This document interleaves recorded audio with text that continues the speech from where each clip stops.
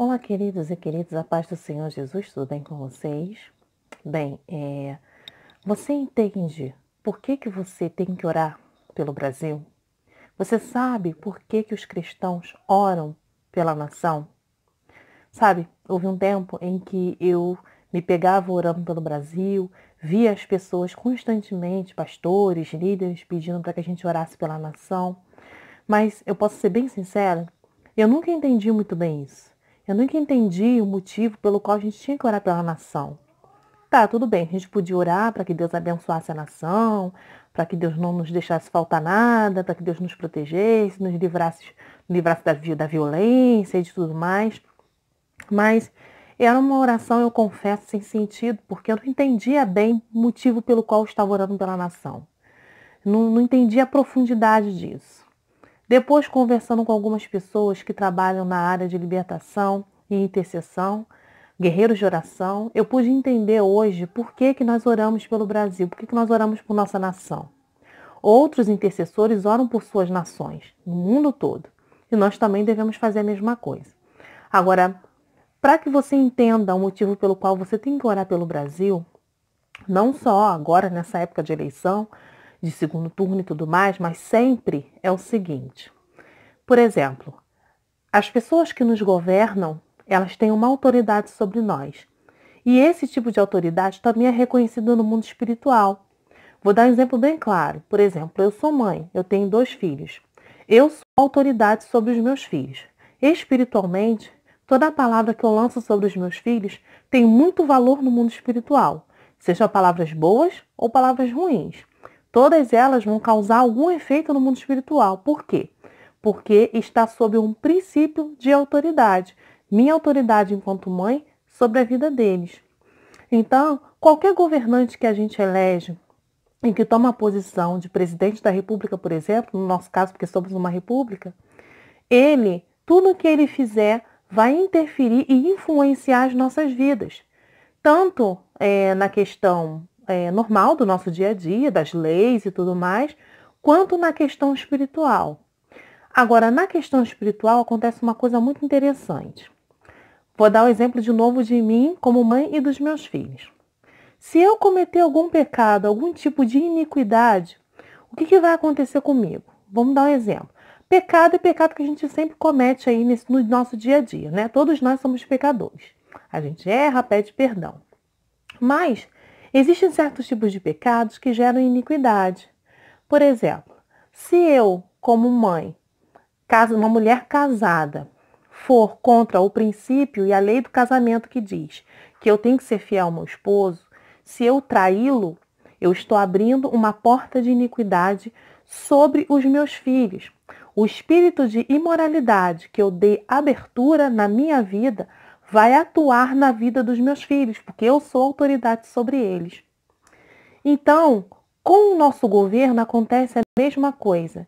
Se eu elejo um representante e esse representante tem na vida dele brechas, legalidades de iniquidade, essa iniquidade ela vai ser passada para a nação.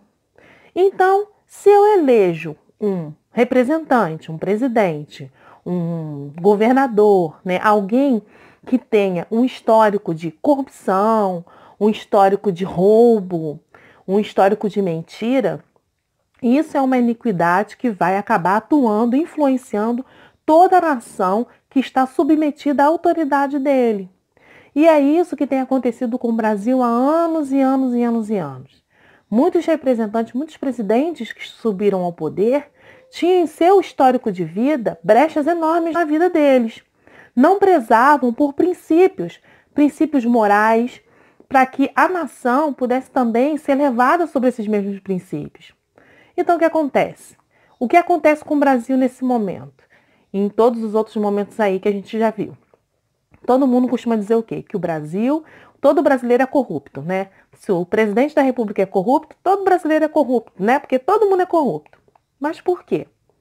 Porque esse espírito de corrupção que estava sobre esse governante acabou atuando em toda a nação. Então, toda a nação teve um boom de corrupção. Toda a nação se tornou corrupta. Então, Toda a nação está influenciada por esse espírito de corrupção que entrou na nação através de uma autoridade estabelecida que tinha uma legalidade na área da corrupção. E aonde é que entra a nossa oração?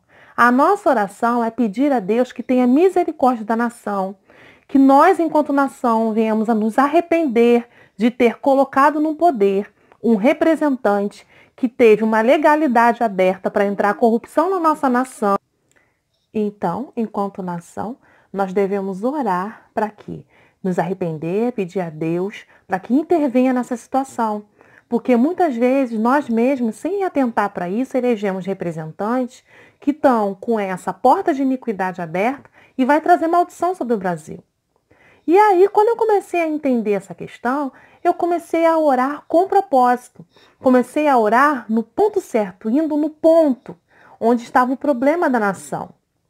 Então, quando a gente ora, quando a gente pede, quando os líderes pedem para as pessoas orarem, para que o Brasil se arrependa, para que Deus tenha misericórdia, para que nenhum mal pior nos sobrevenha, é por conta disso. Todos nós, cristãos, católicos, espíritas, temos que nos arrepender de muitas vezes ter colocado no poder aqueles políticos que são corruptos, que são maus, que não têm princípios de família, que não têm princípios de moralidade. Então, o que acontece? Tudo de errado que eles praticam, tudo aquilo que eles trazem consigo, eles lançam sobre a nação a mesma maldição que está com ele. Por isso que colocar um político corrupto no poder faz com que toda uma nação também se corrompa. Então, o que acontece? Quando você orar pelo Brasil, peça ao Senhor para que direcione as pessoas para escolher o político, a pessoa, o representante da nossa nação, que esteja um pouco mais de acordo com aquilo que a palavra preza, com os princípios de moralidade, com os princípios de anticorrupção, com os princípios de família, com princípios que tenham mais a ver, que são mais chegados à palavra de Deus. Quanto mais esses princípios são chegados à palavra de Deus, mais a porta de corrupção no Brasil e outras portas vão se fechando. Então essa legalidade vai se encerrando ali. O ciclo de corrupção, por exemplo, é interrompido. Então, a nação pode viver sobre um novo período, um período onde ela não é mais influenciada por esse espírito de corrupção, por exemplo, como no Brasil, que dominava tudo. Ou seja, a nação ela só vai ser sarada quando o representante dessa nação tiver uma mente sarada, for uma pessoa sarada, ok? For uma pessoa justa. Agora, obviamente, o justo, uma pessoa que preze por princípios, uma pessoa que preze por elementos da palavra de Deus, não quer dizer que ela tenha que ser essencialmente cristã. Você já viu muita pessoa que não é cristã, mas parece que é? Pelas atitudes, é uma pessoa idônea, uma pessoa justa. Pois é, ser cristão não quer dizer que toda pessoa que é crente, ela é idônea, ela é justa, ela é correta. Infelizmente, nos dias de hoje, a gente tem visto muito mais pessoas que não se dizem declaradamente crentes, justas, idôneas, honestas, bem mais do que crentes que estão dentro das igrejas. Isso é verdade. Então, o que Deus preza é por valores, princípios morais, para que ele possa atuar, sim, com eficácia numa nação. Você já viu a história do rei Ciro? Dá uma olhada nessa história na Bíblia que você vai entender o que eu estou dizendo. Então, quando você for orar pela nação, quando você for orar pelo Brasil, ore se arrependendo de tudo que a nossa nação já fez, tudo que aconteceu na nossa nação por causa, muitas vezes, dos nossos votos errados, muitas vezes porque nós não nos eximimos de orar, não queremos orar, achamos, a nação está entregue às baratas, então vamos deixar. Não, nosso dever, nossa função é orar. Principalmente agora, para interromper esse ciclo de corrupção que se abateu sobre o Brasil e esse principado, ele seja interrompido de agir na nossa nação. Amém? Então, quando você orar pela nação, agora você vai orar um pouco mais consciente. sabendo que a oração do justo pode muito em seus efeitos e pode colocar uma pessoa justa lá em cima para nos governar. Agora, a pessoa ser justa, não necessariamente ela tem que ser crente, ok?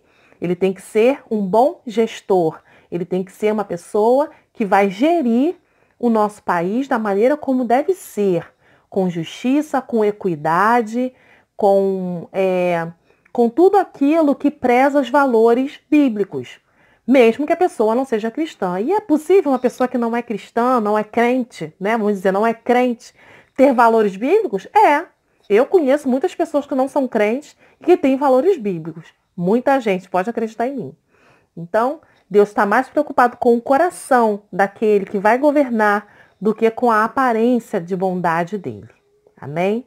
Pense nisso e quando você orar, ore pela nação agora com isso em mente. Senhor, nos direcione a colocar lá um representante que preze pelos valores morais cristãos, que preze pela liberdade religiosa, que preze pelas coisas que condizem com a tua palavra, para que a nossa nação possa ir bem, para que a nossa nação possa ter um tempo de refrigério e possa ter um tempo de governança justa no nosso país. Amém?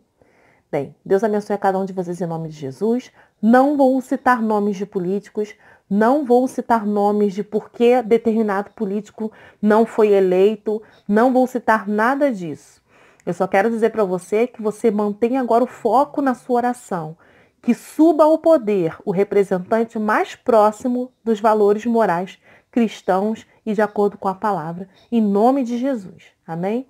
Deus abençoe cada um de vocês em nome de Jesus. Um beijo e até o próximo vídeo.